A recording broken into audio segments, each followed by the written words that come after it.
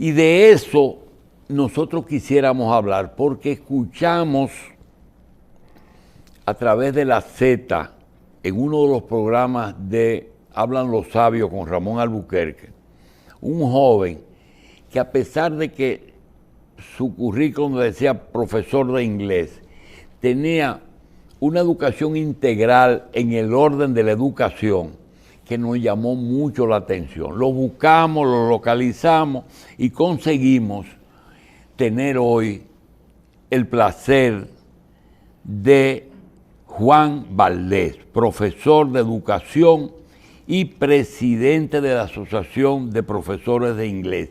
Eso le puede traer confusión, porque el profesor de inglés aquí era otra cosa. Era alguien que sabía inglés, que se buscaba un sueldo en un colegio para dar clases de inglés. No, él es un profesor de inglés en adición a, él es un educador, especialista en educación y con experiencias tanto en educación allá como aquí. Yo quiero darle la bienvenida y quisiera aprovechar, a ver si nos concede no solamente esta conversación, sino otras para edificar un poquito sobre vivencias que los dominicanos reciben todos los días y que no conocen bien el origen. Profesor, cuéntenos primero, ¿de dónde es usted? ¿Usted nació aquí en la capital? Sí, yo soy de Santo Domingo. Muy buenos días, primero que todo. Muchísimas gracias por recibirme, doctor. Sí, yo nací aquí en Santo Domingo. ¿Dónde estudió la primaria, doctor? Aquí yo fui a las escuelas públicas dominicanas. ¿Hasta qué curso fue a las escuelas públicas? Todo el tiempo. Toda mi vida estudié en las escuelas públicas, en los barrios pobres, en los Minas en particular. Y realmente yo conozco la escuela pública. Cuando salió del bachillerato, ¿fue a la UAS o se fue del país? No, yo tuve la oportunidad de convertirme en profesor de inglés en una universidad privada acá y a la vez estudiar en la universidad privada, fue la Universidad APEC. A partir de ahí he viajado durante más de 25 años a universidades y países en Europa, Estados Unidos, Sudamérica. ¿Quién le propició las facilidades? Bueno, al ser maestro, estamos hablando de hace 32 años, al ser maestro a uno le daban una beca por ser maestro de inglés y también entonces poder ¿Quién daba la beca? La ¿Allá universidad. o aquí? No, acá, la universidad te daba ¿Que la la dio beca. APEC? Así es, por ser profesor. Yo primero fui profesor. ¿Pero era la fundación, Fundapec? No, la misma universidad. Estamos hablando de principios de los años 90. Ya. Entonces, en ese momento... Estamos hablando de 30 años. Sí, en ese momento tú podías, pero ya yo tenía 3 años de experiencia como maestro, desde 1988, en Santo Tomás de Aquino, donde fui profesor y director. Y de ahí pasé a ser coordinador de la Escuela de Idiomas de la Universidad APEC durante 10 años. Con esa, lo voy a llevar como caña para el ingenio, porque tanta la información, a menos que usted nos jure sobre la Biblia, que va a venir muchísimos días, porque aquí necesitamos mucho conocimiento. Doctor, profesor, cuando le dan su primera beca, ¿a dónde va? No, realmente yo estudié acá. Yo me especialicé. Pero cuando se va afuera. No, yo fui a Inglaterra, Cambridge University, que es la segunda universidad más vieja del mundo. En Europa, ¿qué hizo ahí? Especialidad en lo que se llama CALL. CALL es Computer Assisted Language Learning. Eso? Esa es la especialidad en tecnología educativa para el aprendizaje de lenguas. Es parte de la lingüística aplicada, cuando usted estudia tanto educación como lenguaje o ciencias de computación, porque yo también soy ingeniero de sistemas de computación. Ok, lo voy a parar. Estudió lenguas o cómo enseñar lenguas. A través de la tecnología. Bien. Si un muchacho, el nieto mío, ¿qué hago, abuelo? Y yo le digo, haz 2 cosas. Aprende una lengua, preferiblemente inglés, y aprende a manejar un teclado de una computadora. ¿Lo aconsejé bien? Pero eso lo dijo la ONU hace 23 años. En 1998 se vaticinó que quien no supiera hablar inglés y usar una computadora en esta era sería un analfabeto funcional. Usted le está dando un consejo que se basa en la sabiduría de más de 20 años. Además, el mundo moderno te evidencia esto como certero. Y cuando usted estudió en Inglaterra eso, ¿estudió para enseñar eso o para aprenderlo? No, para enseñar. Ya yo era usted maestro. aprendió eso, ya usted era maestro. Absolutamente. Usted lo aprendió ¿y dónde está enseñando eso aquí ahora? Yo he formado en los últimos 30 años miles de docentes de inglés, precisamente, sobre la metodología, sobre los enfoques, sobre el desarrollo del aprendizaje y la enseñanza a través de la tecnología. Bien, profesor, nosotros no preparamos programas y las respuestas nos producen preguntas. El 30 años aquí enseñando, ¿se puede vivir dignamente con el salario de un maestro sin tener que irse a un lugar administrativo, es decir, a una dirección o a un puesto que les represente más ingresos? Como maestro se puede vivir de un salario bien. Lo que le da dignidad a la vida de la gente no es un salario, como yo lo veo, sino lo que usted entiende que es más importante en la vida para empezar. Pero yo entiendo que sí, que un maestro puede vivir dentro de sus medios con su sueldo. Ahora, un maestro no solamente gana dinero por la instrucción que da en un horario de trabajo. Un buen maestro, un buen profesional de cualquier área en este país tiene la oportunidad, por ejemplo, de trabajar en las universidades, en los institutos. Justamente la pregunta vino por lo que le pregunté en la pausa. Fuera de la educación normal, ha tenido incursiones en universidades. ¿Por qué? Porque el profesor universitario es part-time y el profesor de educación es full-time. Absolutamente. Es decir, es así. Sí. Y no sé si ambas cosas tienen la misma remuneración. No, realmente un profesor contratado como docente fijo en el sistema educativo gana más que lo que trabaja un profesor por hora, porque depende de la carga horaria que le asignen. Entonces, un buen profesional de la educación, en mi opinión, vive muy bien en este país. Pero yo creo que Juan Valdés, con la preparación y el currículum, me califica bien para dirigir una escuela de educación, de educación en una universidad. Ya yo hice eso durante 30 años. Tiene una empresa inmensa que maneja muchísimo. Nosotros, Una grande a nivel. yo dirijo un colegio bilingüe internacional, yo dirijo Professional Training Systems, que es una institución de formación docente en el área de lenguas extranjeras, que lleva más de 14 años dando servicio al Ministerio de Educación, al Estado Dominicano, al sector privado. También dirijo el Observatorio Educativo Dominicano, que es una institución de investigación científica en el área educativa. Mi caso quizás no es el mejor ejemplo porque yo tengo ya 32 años de trabajo en educación y de experiencia, y yo he incursionado en el extranjero, por ejemplo, en la acreditación y certificación de sistemas educativos, de colegios internacionales bilingües y de sistemas de desarrollo de innovación educativa. Por ejemplo, en Colombia, a mí me tocó acreditar el colegio más moderno de Latinoamérica, el único colegio 100% STEAM de América Latina, que es el Colegio Iberoamericano de Bucaramanga. ¿Qué es un colegio STEAM? STEAM es Science, Technology, Engineering, Arts and Math. Es un colegio que se enfoca en la educación, ciencias, tecnología, ingeniería, artes y matemáticas. Es un colegio para la educación 4.0, para la industria 4.0. Y es un colegio adecuado a lo que es el perfil de la era digital. Y es la visión que tenemos hoy en día en el mundo. Y ese tipo de certificaciones que usted otorga o ayuda a las instituciones a que puedan lograrlas, las reconocen internacionalmente las universidades a la hora de terminar. Claro, de hecho, la acreditadora más grande del mundo, que es Cognia, es la que acredita los centros internacionales en todo el mundo. Bien, profesor, mire, vamos a dividir la educación en tres. Desde que se entra a alfabetizarse hasta que se sale con el grado de bachiller. Desde que se decide la carrera que se va a estudiar hasta que se gradúa como un profesional, y si decide hacer posgrado, diplomados, etcétera, dentro o fuera del país, eso es otra cosa. Ya está establecido que para ser profesor universitario hay que tener un máster. Entonces, yo le quiero preguntar, en las tres áreas, las tres patas de la primera parte, de alfabetizarse a bachiller, son el estudiante, el maestro y la familia. Ahí no hay economía, ahí la economía funciona como un método para saber a dónde va. Usted me dice, yo estudié en escuela pública, lo que quiere decir que esa familia no tenía los recursos para que vaya Carol Morgan.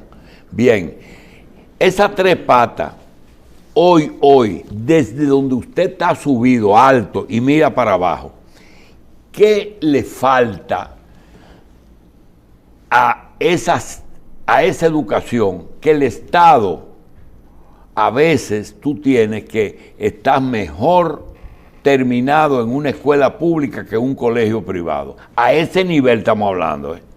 Fíjese algo, ¿Qué doctor. falta ahí? Usted mencionaba algo antes de mi intervención. Usted mencionó un libro de un colega de lenguas extranjeras y él utilizó algo que fue la palabra complejidad. Sí, ¿Qué ha estructura sucedido? de los laberintos de la complejidad. Eso se basa en lo que es la teoría del pensamiento complejo de Edgar Morin. El sistema educativo moderno no está dentro del paradigma positivista en el cual nosotros fuimos educados. Yo fui a la escuela hace más de 40 años, yo tengo más de 50 años, y en la época en que yo fui a la escuela, el sistema educativo se basaba en el paradigma del positivismo. Hoy en día, como funciona el ¿Y sistema qué educativo, era el positivismo? era una forma de razonamiento secuencial, lógico-matemático y predecible.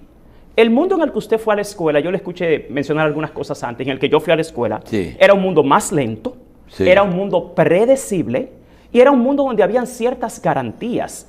Hay algo que la gente no entiende con relación a lo que es la modernidad y la tecnología en la educación. La naturaleza del aprendizaje en el ser humano no ha cambiado en los últimos 2000 años. El aprendizaje y la enseñanza no va al ritmo de la tecnología. Lo que ha cambiado es la tecnología. Pero hay cosas que prevalecen. Por ejemplo, en los 3 niveles que le hablé, el padre le entrega al muchacho a la escuela. Sí, a eso voy. Vamos a entender algo. Lo primero es que los artículos 58 y 59 de la Ley General de Educación mencionan 13 factores que son los que inciden en la calidad de la educación. Usted tiene la familia como uno de los constructos esenciales, tiene al individuo per se y sus actitudes, inclusive sus aptitudes.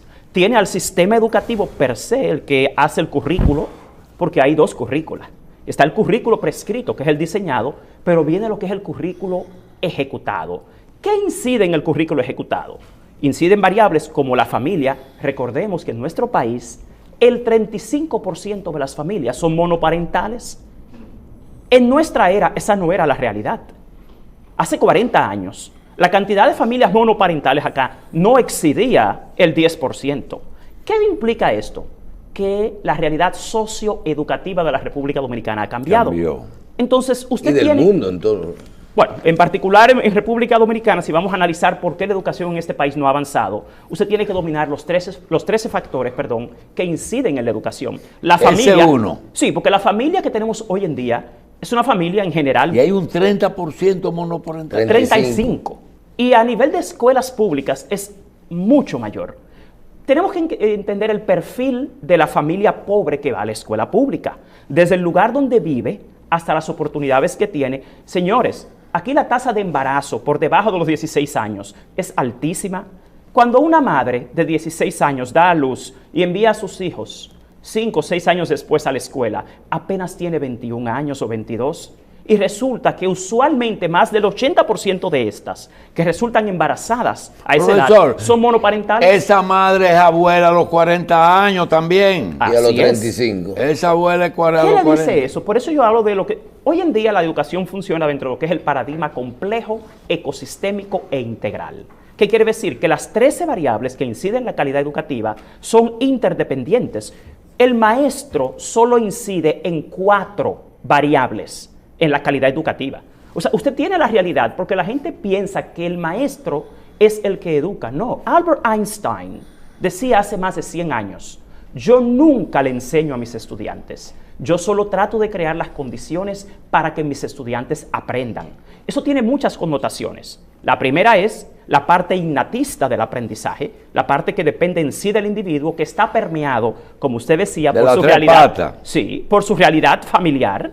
Pero cuando Einstein decía solamente lo oriento, ¿Quién era de las otras dos? ¿El No. mismo estudiante o la familia? No, el estudiante, el contexto socioeducativo, la política educativa, el currículo prescrito, porque el estudiante no es simplemente un recipiente que recibe información. Lo que pasa es que aquí a veces han confundido la naturaleza del aprendizaje. El aprendizaje no se da por instruccionismo, doctor. El currículo dominicano se basa en lo que se llama la escuela constructivista. Y la escuela constructivista lo que procura es crear experiencias significativas de aprendizaje. Ahora, eso es dentro de lo que es la escuela. Volviendo al tema de la familia, recuerde que el niño apenas pasa 6, como mucho, 8 horas en la escuela. Hay 16 horas de la vida de los niños y de los estudiantes que se dan en los barrios, que se dan en las casas, y a lo que está expuesto el niño. Por eso nosotros decimos en el Observatorio Educativo que la educación es una ciencia. Y que lo primero que hay que tener claro es cuáles son las políticas socioeducativas que favorecen una mejor educación en nuestro país. Sí, pero mire, profesor, voy a recibir muchas pedradas. Me dice, déjalo hablar. No lo puedo dejar hablar porque hay una base que necesitamos que la llenemos. Mire, tenemos un problema en salud que creo que ustedes lo tienen en educación. Y es, la salud no tiene precio. La educación no tiene precio. Y es un derecho universal. Pero tiene un costo. Sí. Pero tiene un costo. Entonces, resulta que el principal actor en la educación y el principal actor en la salud es el médico y el maestro. Pero resulta que ellos no tienen eso como negocio. El negocio lo tiene otro. Háblenos de eso. Fíjese algo, doctor. Hay algo en lo que yo difiero de esa expresión que usted ha hecho. El maestro no es el principal actor en la educación, eso es falso. Es el estudiante. Exacto. ¿Pero ¿Por el estudiante? qué? Porque estoy hablando en lo económico. Bueno, sí, porque el currículo dominicano se centra en el estudiante. Es un currículo centrado en el estudiante, no en el maestro. Y yo les insisto, porque hay que entender cómo es que se da la educación. La educación no se da por instrucción. Pero en la salud tampoco es el maestro, es el paciente. Él no es el médico, sí. Es el paciente. Sí, pero y la educación es el estudiante, es como usted dice. Sí, no, y la naturaleza del servicio de salud es distinta a la naturaleza de la educación. Pero debe de ser así, debe ser el estudiante primero y el paciente. Lo que dice el currículo. Lo es, estamos de acuerdo. Lo que te dice el currículo por definición es eso. Sí, pero ahora, usted entiende que el profesor debiera también ser parte. El profesor es una parte indispensable, pero lo que te demuestra la ciencia es que el docente no incide en más de un 35% en la calidad educativa, porque no se educa a través del instruccionismo hoy en día. No se educa inyectándole conocimientos a una persona, porque eso ni siquiera es inherente a la naturaleza del aprendizaje en el ser humano. La naturaleza del aprendizaje se basa en las experiencias que propician la adquisición de conocimiento. Es que usted me le está dando, sin decirlo, demasiada importancia a la educación a distancia. No, a distancia no. Ese no es el punto. Yo como especialista en tecnología educativa le puedo decir que ese no es el punto. Sí, pero vamos a aclararlo porque si el profesor es un orientador, entonces tú no tienes que ir todo el día a oír al profesor. No. El profesor tiene que ser un experto, sinceramente, en lo que es didáctica, pedagogía, y debe tener una actitud de liderazgo, una actitud de orientador. El profesor tiene que ser un experto real en educación. El profesor tiene que dominar las variables que son pertinentes a la familia. Y eso no es mucho pedir en el contexto que nosotros vivimos, con 3 millones, con 4.000 colegios, escuelas públicas, con ese tipo de educación que tienen los profesores. Son más de 7.000 escuelas públicas, no 4.000. O sea, te estás hablando de que tú tienes activos más de 90.000 docentes. Y ahora con el concurso de oposición docente, tú vas a tener 110.000 docentes activos que son necesarios. Lo que yo quiero es que el pueblo... Pero eso que usted pide no es demasiado. No, para eso nos preparan. Aquí tenemos el Instituto Nacional de Formación y Capacitación del Magisterio, que es el INAFOCAN. ¿Cuántos maestros hay aquí? Activos. Sí. Más de 90.000 de aulas. Pero eso en escuela pública. Absolutamente, sí. Estamos hablando de educación pública. Porque para dar clase a 2 millones de estudiantes se necesitan más de 100.000. 2.3 millones hay en las escuelas públicas hoy en día, desde el nivel inicial hasta el nivel secundario. Doctor, aquí tenemos instituciones como el INAFOCAN que están para precisamente capacitar a los profesores que tienen más es el Instituto Nacional de Formación y Capacitación del Magisterio. ¿Qué es lo que hace? El Instituto Nacional de Formación y Capacitación del Magisterio recibe un diagnóstico de necesidades formativas. Eso que usted dice, por ejemplo, ¿qué nivel de complejidad debe manejar un docente para poder propiciar experiencias significativas del aprendizaje. Y en eso es que las universidades, señores, aquí en los últimos años ha habido mucho de diagnóstico y de formación a los docentes. Lo que sucede, reitero, es que el aprendizaje no se inyecta. El aprendizaje lo propicia lo que usted decía muy bien. Variables esenciales como la familia, el contexto socioeducativo, sí la calidad del currículo prescrito, quiere decir los contenidos, los enfoques que se utilizan. Aquí hay una visión curricular muy acertada, que es la visión de la educación basada en competencias, en el desarrollo de competencias para la vida. El punto es que nuestro país tiene que entender que la simultaneidad es la clave en el tema del éxito educativo. ¿Qué quiere decir esto? Si tenemos una escuela efectiva, también tenemos que incidir en la familia, porque el individuo es más permeado por la sociedad y por la familia per se que por la escuela. La escuela es apenas el 35% de las horas de vida de una persona. ¿En qué año usted se fue fuera? Bueno, fue a principios de los años 2000, hace 20 años. Le voy a hacer una pregunta. Esos estudiantes que se van fuera, a veces hay la aprensión de que se van muy jóvenes a una sociedad en que se van a manejar solos, ¿verdad? Y es muy liberal la escuela afuera, es decir, tú estás bastante libre. Los padres se satisfacen, dicen, bueno, yo le pago la educación de primera en Harvard si me lo reciben. Lo llevo y lo llevo el primer día y voy a ver a dónde van a vivir, pero vienen y los dejan. La pregunta por experiencia suya, ese soltar en banda a un joven con formación dominicana en una universidad extranjera puede afectar, afecta positivamente sus conocimientos. Si estudia, positivamente sus conocimientos. Ahora, en lo otro, en lo mental, en lo moral, se afecta la... Yo creo que es una experiencia positiva porque nosotros no podemos olvidar que vivimos en una isla y en nuestro país, por ser una isla, hay mucho del pensamiento provincialista y conservador. Cuando usted vive solo en una isla, y hay otro tema, el nivel de dominio del lenguaje que tiene nuestro país de lenguas extranjeras es todavía muy mínimo. Cuando usted solo habla, por ejemplo, el español, que es un idioma hablado exclusivamente por el 4% de la población del planeta, y usted vive en una isla, se desarrolla lo que es el pensamiento provincialista y conservador. Cuando usted se va al extranjero, las experiencias le ayudan a ver un mundo de una forma más amplia, más desarrollada, que es necesario, porque vivimos hoy en la era de la globalización. Y si te dicen español e inglés, ¿y qué hago? Dice mandarín, ¿usted diría lo mismo? Yo estudio mandarín, yo por muchos años he sido uno de los, por ya temas Pero filosóficos. es mandarín el que va. No, el inglés es el idioma hoy en día más hablado en el mundo por China. En China... Lo que más se habla es inglés. Hay más hablantes de inglés que en Estados Unidos. ¿Por qué? Porque China, como política educativa, decidió que el bilingüismo debía ser una prioridad. La cantidad de estudiantes de inglés en China supera los 350 millones, solo de inglés. Estoy hablando de que China tiene más hablantes de inglés que Estados Unidos, como segunda lengua.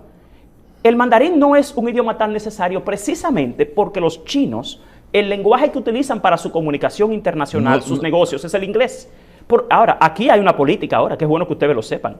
En este gobierno se decidió iniciar ahora el programa de inglés como segunda lengua en las escuelas públicas, que inicia ahora en este mismo mes de enero, para el cual nos hemos estado preparando. Y ese no es un reto demasiado fuerte. No, pero no lo van a comenzar. Bilingüe no, público, escuela ¿verdad? pública. No. Sí, sí, hay que aclarar. Sí, hay que aclarar lo siguiente. Hay que aclarar. El inglés ha sido parte del currículo dominicano escolar público con la muerte de Trujillo desde 1961.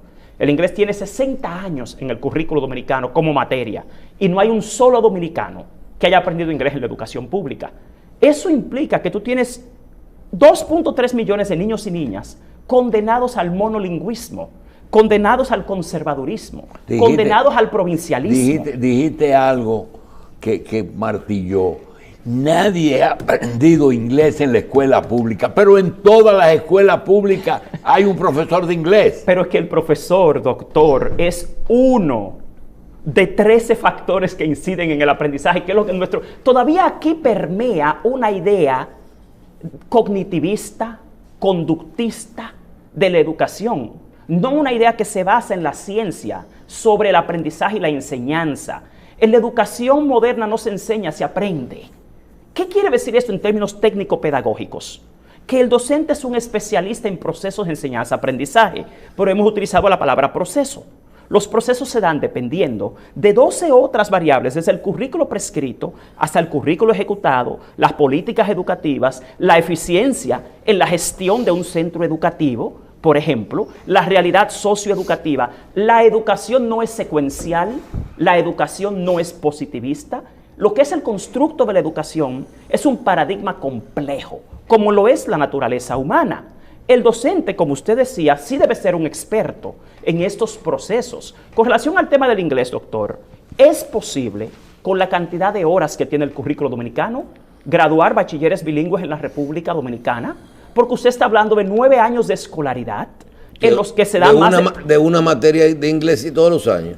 Profesor, cuando usted fue a la Unión, al Reino Unido y estudió lenguas, ¿cuál es la razón que ustedes encontraron o que allá te enseñaron de que en países como este, formados por migraciones como chinos, árabes, cocolos de las islas, es decir, inglés, chino, árabe, hay una constante, ninguno de los padres enseñó la lengua materna a sus hijos? ¿Estudiaron ese asunto? Sí, lo que sucede los chinos es que no hablan chino, los árabes no hablan árabe, y los cocolos, ni siquiera los cocolos hablan el inglés. Ellos dominan el idioma que se habla en el hogar en la niñez. Es como los dominicanos que viven en Estados Unidos. Ellos saben el español que se habla en el hogar. No se les enseña español como una educación escolar. Inclusive el nivel de lenguaje en español que tienen los hijos de los dominicanos en Estados Unidos es un nivel de español práctico, de competencia comunicativa básica, pero no es académico. Sí, pero el tema nuestro, para doctor, es, comunicarse. mire, en este país no tiene sentido. ¿Y lo que va a ser educación, en qué consiste? Bueno, cuando usted ya aprende... Dice, aquí se va a hacer un programa de inglés de segunda lengua. Sí, ¿En qué consiste? de hecho, hay una ley que ahora está en el Congreso que se llama la Ley de Inglés como Segunda Lengua, por la diputada Servia Iris Familia, que es la diputada del PRM en Nueva York, es la diputada de Ultramar, y lo que procura es garantizar a los niños pobres, a los 2.3 millones de niños que van a la escuela pública, el aprendizaje de inglés en la escuela. ¿Cómo lo hacemos? Como lo vamos a hacer es a través de una estrategia de formación docente continua situada. Esto implica trabajar con la formación docente continua, implica trabajar con los niños, con la gestión educativa, a través de la tecnología.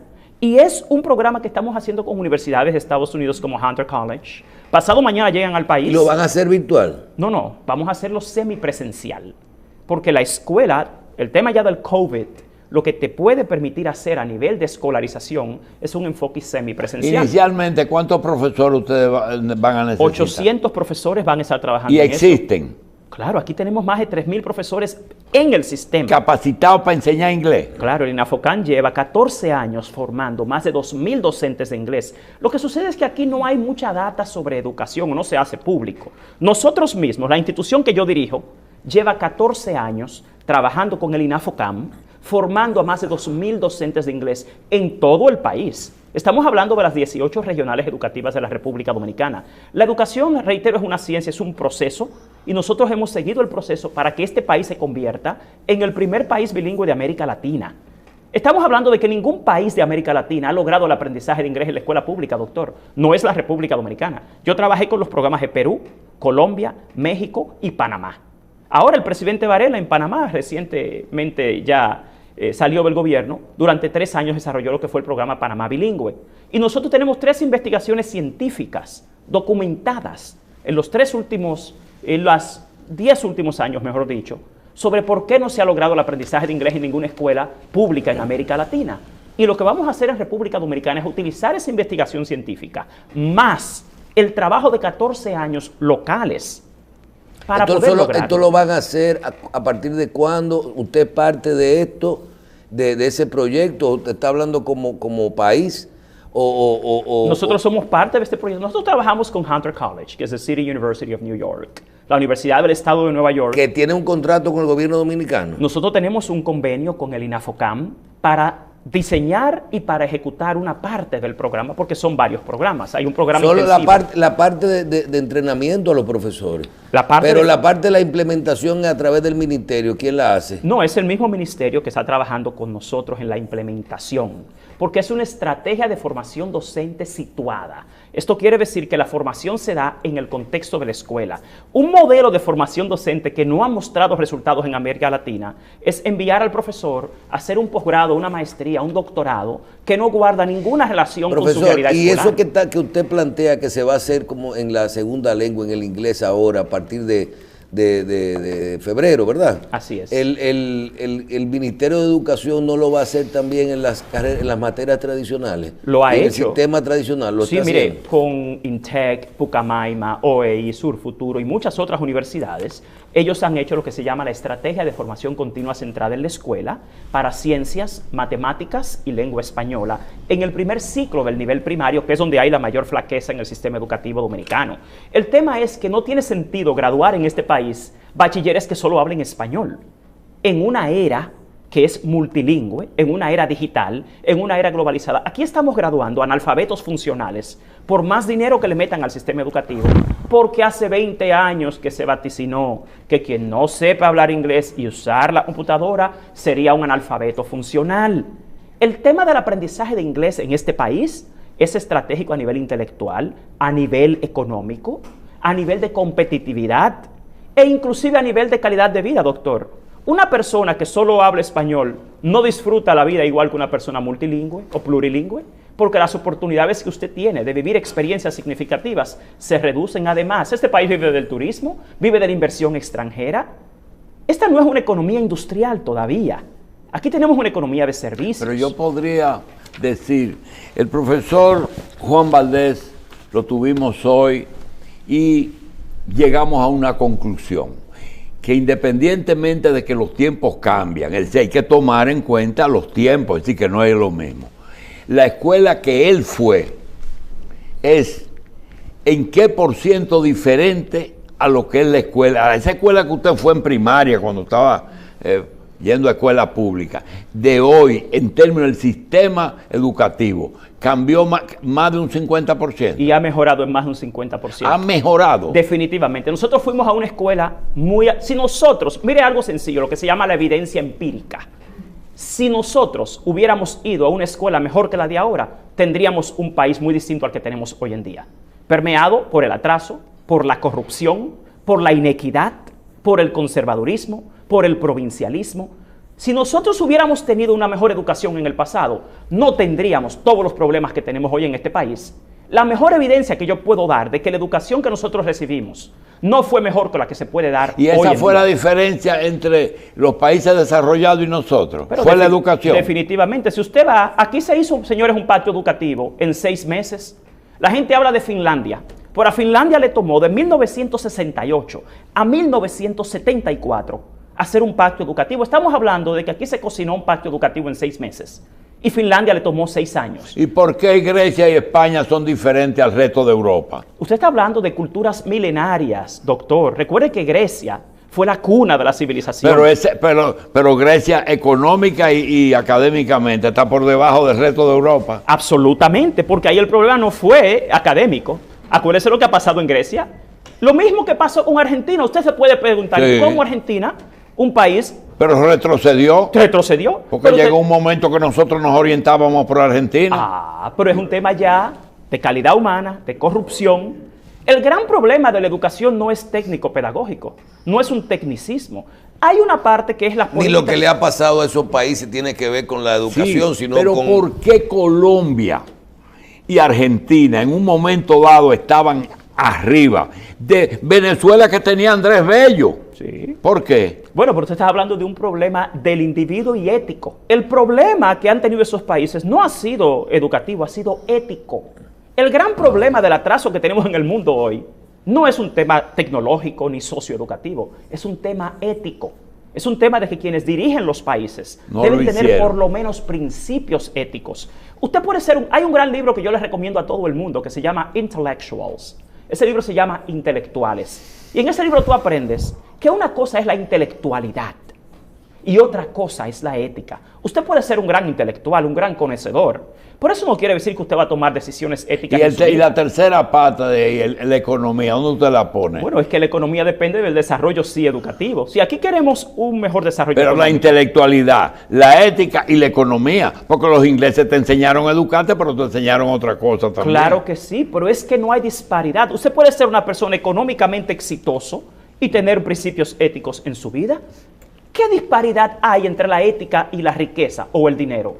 Hay muchísima gente muy rica en el mundo que tiene principios éticos. Y cuando te dicen, por ejemplo, que la ética permite el colonialismo, ¿eso es ético? Yo no creo en esa, no creo en Pero la visión. enseñan cosas como buenas, como éticas, que no lo son. Eso no es ético. Habría que determinar quién valora el colonialismo como ético y en qué principio se basa ese razonamiento, porque el colonialismo no es ético. Aunque si vamos a hablar hoy en día de colonialismo, tenemos también que medirlo en base a la globalidad. Pero ¿por qué los más educados fueron los que siguieron las normas éticas? Sin embargo, esos fueron los grandes colonialistas. Bueno, esos son ejemplos. Eso realmente no es lo que permea la realidad general, doctor.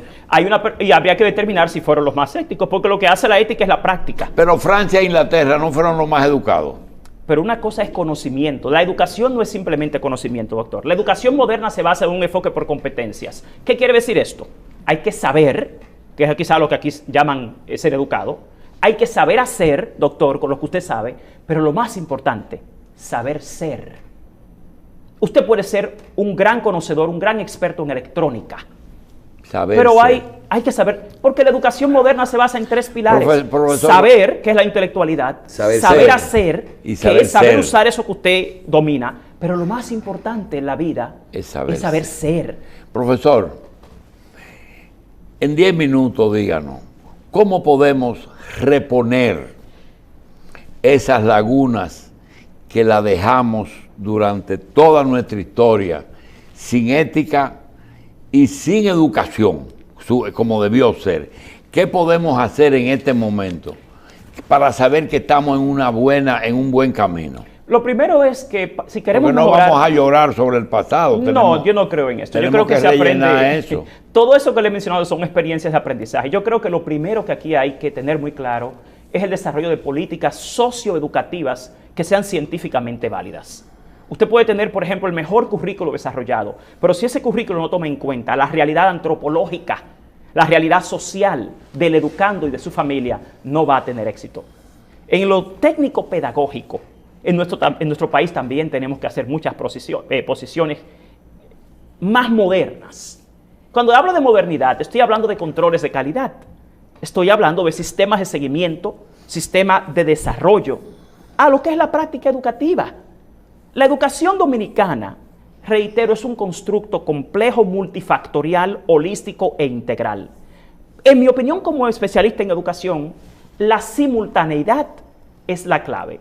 Si usted quiere una mejor educación, usted necesita un currículo bien diseñado. Por ese currículo bien diseñado debe tener garantías de ejecución efectiva.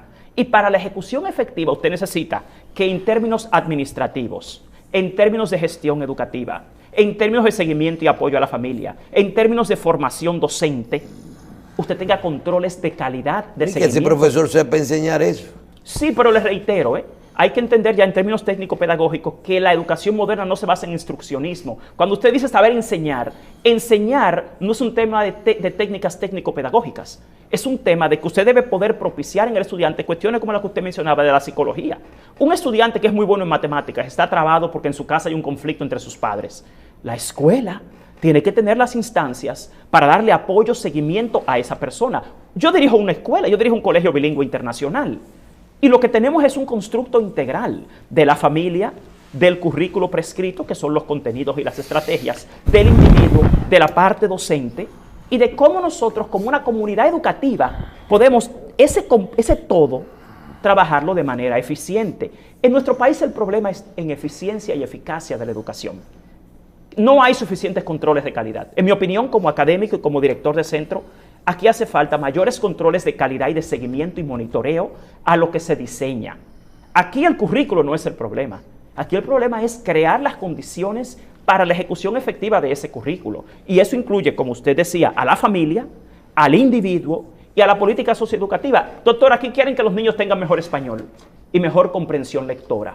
¿Quién controla el nivel de lenguaje que se utiliza en los medios de comunicación? En una era tecnológica, donde el niño está permeado por la tecnología, el nivel de lenguaje que se utiliza en los medios de comunicación en este país es extremadamente pobre. O sea, un niño escucha más la radio y la televisión y lo que está en su celular que a sus padres y sus maestros, estadísticamente hablando, por el tiempo que pasa con esos dispositivos. Entonces, el país, como política educativa, debe también poder regular. Pero los otros países no han regulado eso. ¿Cuáles países no lo han regulado? ¿Usted cree que en Estados Unidos pasa lo mismo? ¿Y por qué el nivel de lenguaje en España en Estados Unidos es muy pobre? Estados Unidos no es un modelo educativo. Estados Unidos, si usted ve las pruebas PISA, está en los países desarrollados en los últimos lugares. El sistema escolar norteamericano no es un modelo a seguir. Si usted va a España, usted que mencionó España, usted va a Colombia, usted no va a ver realmente la estridencia en el lenguaje que hay en los medios de comunicación que hay en este país.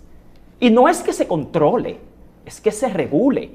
Señores, el nivel de obscenidad en el lenguaje que hay en los medios de comunicación aquí es altísimo. Sí. Pensemos en la música. Eso da pena. De nuestra época, la lírica. ¿Qué lírica tiene la música que impera hoy en los medios de comunicación? ¿Cómo usted quiere una persona con mayor nivel de comprensión lectora, con mayor nivel de lenguaje, si lo que se escucha en los medios de comunicación no tiene mayor nivel? Los primeros que tenemos que ver esto somos los adultos y quienes ejercen la comunicación en los medios en nuestro país, porque el niño es permeado por el ambiente. La variable más incidente en educación es el contexto, no es el maestro.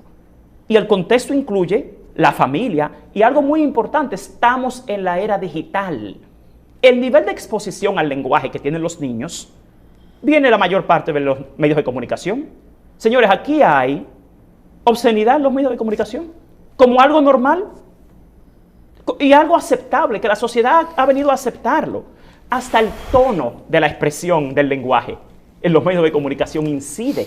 Mire, finalmente, profesor, con lo que tiene que ver, usted habló de semipresencialidad, tocamos el tema del COVID y habló del Ministerio de las Políticas Públicas, del Ministerio de Educación. En este momento, no hablemos de forma inmediata, o sea, de que en este momento hay un problema con la Asociación de Profesores y hablando de si volvemos a las aulas porque hay un brote y todo esto, no, sino hablemos de la calidad, de hacia dónde debe de ir el sistema educativo en el futuro. Usted habló de que estamos obligados a una semipresencialidad eventual.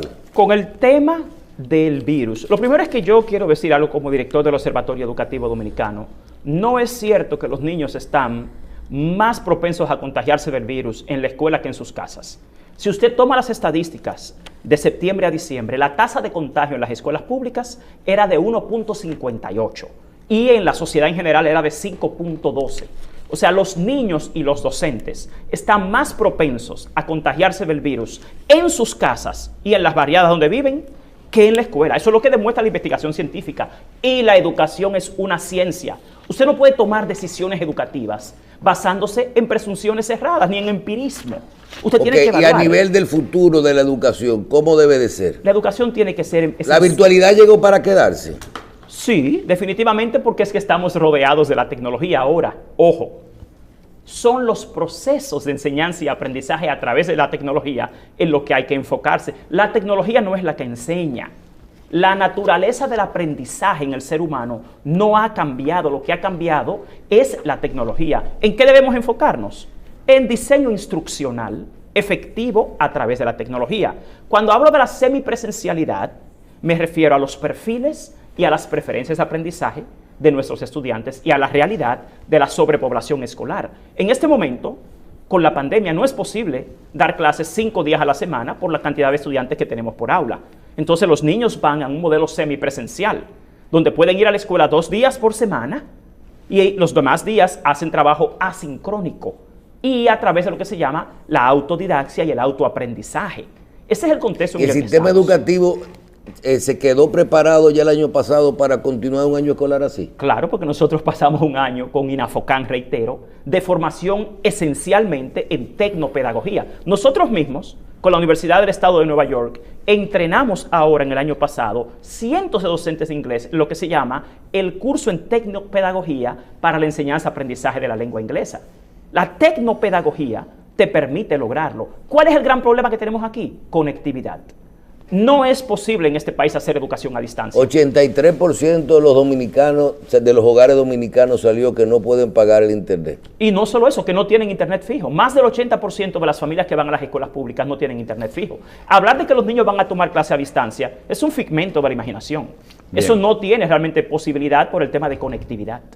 Bien, profesor, antes de usted venir, estábamos presentando un libro que se llama Estructura de los laberintos de la complejidad. Cuando vimos el título, se nos ocurrió repetir algo que hemos dicho en muchas ocasiones, pero no lo hacemos más porque tenemos el temor de dejar fuera algunas personas que deberían estar. Y es que, viendo el título y oyendo a Ramón Alburquerque los domingos, se me ocurre que realmente aquí tenemos sabios que verdaderamente, personas que conocen sus materias.